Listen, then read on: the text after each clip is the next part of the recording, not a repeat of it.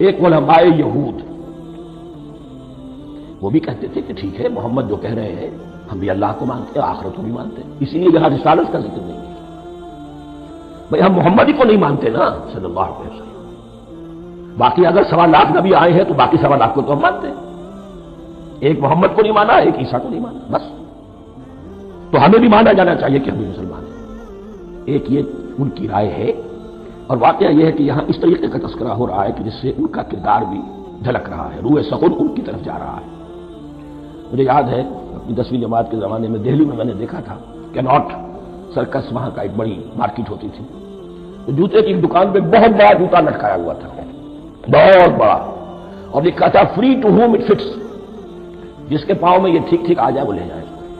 تو یہ free to home it fits ہے، ایک کردار ہے، اب یہ کردار جس کے اوپر بھی فٹ بیٹھ جائے ان میں یقیناً زیادہ تو غلبہ یہی ہے جو مفسرین کی رائے ہے، منافقین کا معاملہ جو ہو رہا ہے،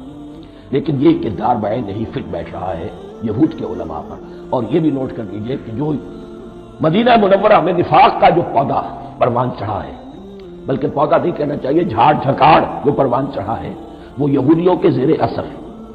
جیسے جنگل کے اندر بڑے بڑے درخت بھی ہوتے ہیں اور اندر جو ہے نیچے جھاڑیاں بھی ہوتی ہیں، تو یہ نفاق کا جھاڑ جھکاڑ جو ہے وہ یہودی علماء کا جو پودا تھا وہ بہت بڑا تھا، اس میں کوئی شک نہیں، اس کے سائے میں پروان چڑھا ہے۔ ان دونوں میں معنوی ربط بھی